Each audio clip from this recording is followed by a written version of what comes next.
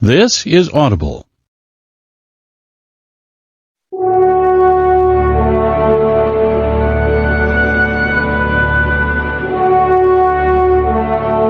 Random House Audio presents Unbroken, a World War II story of survival, resilience, and redemption.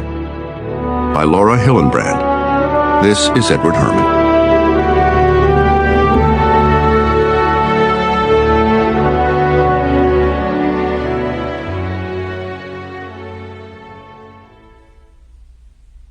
What stays with you latest and deepest? Of curious panics, of hard-fought engagements or sieges tremendous. What deepest remains? Walt Whitman, The Wound Dresser. Preface. All he could see, in every direction, was water. It was June 23, 1943. Somewhere on the endless expanse of the Pacific Ocean, Army Air Forces bombardier and Olympic runner Louis Zamperini lay across a small raft drifting westward. Slumped alongside him was a sergeant, one of his plane's gunners. On a separate raft, tethered to the first, lay another crewman, a gash zigzagging across his forehead. Their bodies, burned by the sun and stained yellow from the raft dye, had winnowed down to skeletons. Sharks glided in lazy loops around them, dragging their backs along the rafts, waiting. The men had been adrift for 27 days. Borne by an equatorial current, they had floated at least 1,000 miles, deep into Japanese-controlled waters. The rafts were beginning to deteriorate into jelly and gave off a sour, burning odor. The men's bodies were pocked with salt sores, and their lips were so swollen that they pressed into their nostrils and chins.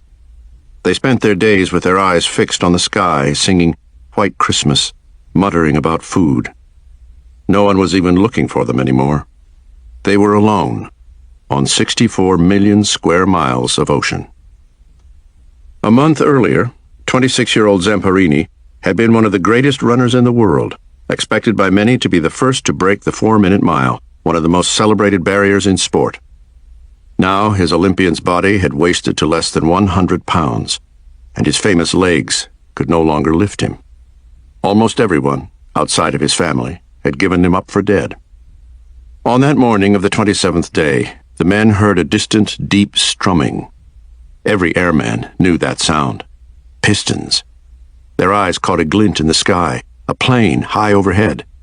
Zamperini fired 2 flares and shook powder dye into the water, enveloping the rafts in a circle of vivid orange. The plane kept going, slowly disappearing. The men sagged. Then the sound returned, and the plane came back into view. The crew had seen them. With arms shrunken to little more than bone and yellowed skin, the castaways waved and shouted, their voices thin from thirst. The plane dropped low and swept alongside the rafts. Zamperini saw the profiles of the crewmen, dark against bright blueness. There was a terrific roaring sound. The water and the rafts themselves seemed to boil. It was machine gun fire. This was not an American rescue plane. It was a Japanese bomber. The men pitched themselves into the water and hung together under the rafts, cringing as bullets punched through the rubber and sliced effervescent lines in the water around their faces. The firing blazed on, then sputtered out as the bomber overshot them. The men dragged themselves back onto the one raft that was still mostly inflated. The bomber banked sideways, circling toward them again. As it leveled off, Zamperini could see the muzzles of the machine guns aimed directly at them. Zamperini looked toward his crewmates. They were too weak to go back in the water.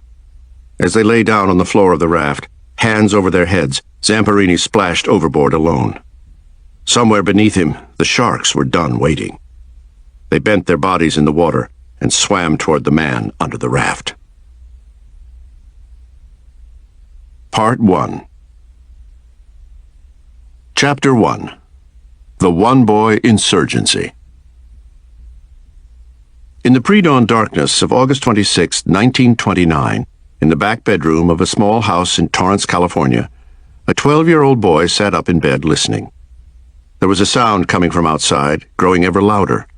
It was a huge, heavy rush, suggesting immensity, a great parting of air. It was coming from directly above the house. The boy swung